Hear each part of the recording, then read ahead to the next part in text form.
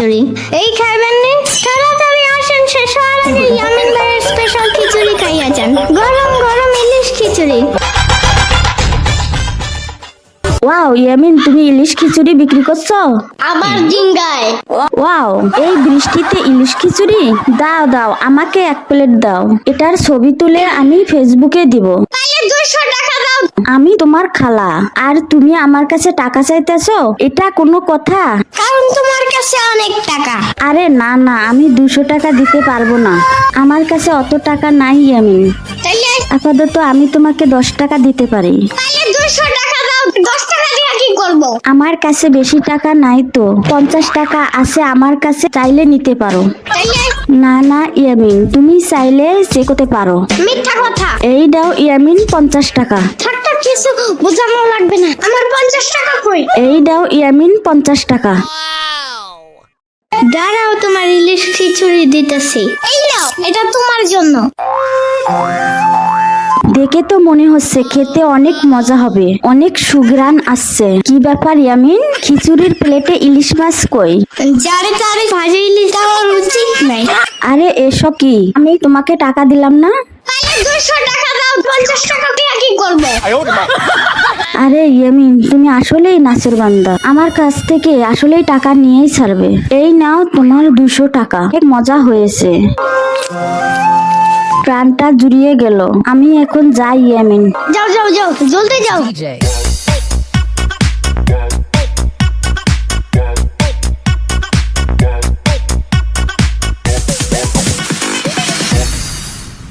আরে ইয়ামিন মামা, তুমি দেখি ইলিশ খিচুড়ি বেচবার লাগছো।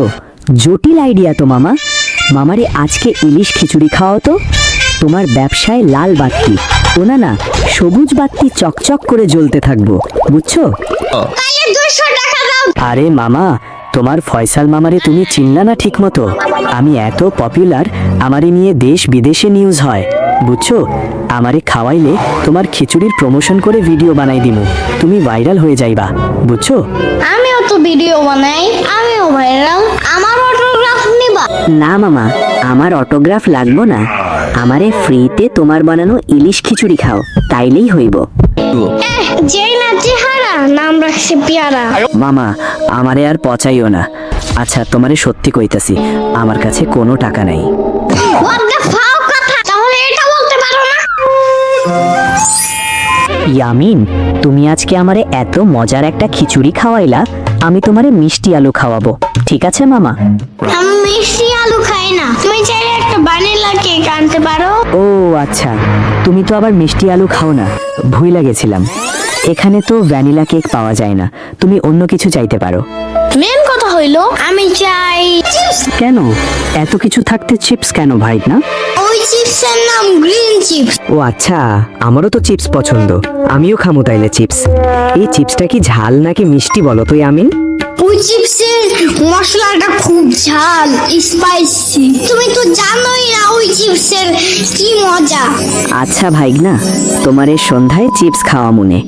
এখন আমি গেলাম। আচ্ছা ঠিক আছে। আরে বাবা, তোমারে চেনা চেনা লাগতাছে। তুমি সুমির ভাইজান না? তুমি কে আর তুমি কে? আমারে তুমি চিনবা না বাবা, আমি এক হতভাগা বৃদ্ধা। আজকে 3 দিন যাবত আমি কোনো খাবার খেতে পারিনি বাবা, খিদায় পেটটা জ্বইলা যাইতেছে বাবা। আমারে কি তোমার ওই ইলিশ খিচুড়ি থাইকা একটু ইলিশ খিচুড়ি খাইতে দিবা বাবা? কথা হইলে কথা তা না। সারাদিন না তো বাইরে তুই তুই করো কেন? হ্যাঁ, গরম লাগে না? গরম তো অনেক লাগে রে বাবা।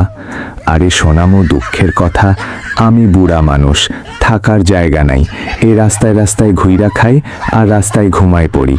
আমগো আবার গরম। আমার বাসায় অনেক বড় ফ্যান আছে জানো? অনেক জোরে জোরে বাতাস খেতে পারবা, বুঝছো? যাবা আমার বাসায়? তোমার মনটা অনেক ভালো, আমার পেটে অনেক খিদা। বাবা, এই বুড়োর উপরে দয়া করে তুমি 1 প্লেট ইলিশ খিচুড়ি দিও। তাহলে শুনেন, আমি আপনাকে প্রতিদিন একটা করে ললিপপ দিব। আরে না বাবা, আমারে 1 প্লেট ইলিশ খিচুড়ি দাও। এই জন্যই খালি তোমার পেট খারাপ হয় আর সারাদিন খালি তোমার মাথা চুলকায় যায় থাকে। আমি ছোট মানুষ হইলেও তোমার জ্ঞান বুদ্ধি অনেক ভালো বাবা। তুমি কেমনে জানলা আমার পেট খারাপ হয়? না খাইতে খাইতে আমার মনে হয় আমি রোজা রাখছি বাবা। বড় মানুষ সন্ধ্যা বাজে ইফতারি করে আর ছোট মানুষ 1টা বাজে করতে হয়। আমি বাবা অনেক কিছু নাম শুনছি, তাই তোমার ললিপপের নাম তো শুনি নাই কখনো। তুমি কি বুঝবা বুড়া মানুষ? এই নাও, এটা তোমার জন্য। তোমারে অনেক অনেক ধন্যবাদ বাবা। দোয়া করি আমি তুমি অনেক বড় হও, তোমার সাবস্ক্রাইবার আরো বাড়ুক। আপনারা যারা এই ভিডিওটা দেখতাছেন তারা কিন্তু এই ইয়ামিনের লাইগা এই চ্যানেলটা সাবস্ক্রাইব করবেন। আর মনে কইরা ওই যে বেল বাটনটা আছে না, ওইটা অন কইরা দিন, নাইলে কিন্তু আপনাদের কাছে নতুন ভিডিও দিলে নোটিফিকেশন আসবে না। বস, এত কথা বলতেছো কেন? এখন চুপচাপ খাও। টেস্টটা কেমন একটু জানতে চাই। আরে বাহ ইয়ামিন, তোমার খিচুড়িটা তো অনেক টেস্টি হয়েছে, একদম অমৃত হয়েছে। তুমি এত সুন্দর খিচুড়ি রান্না করলা কেমনে?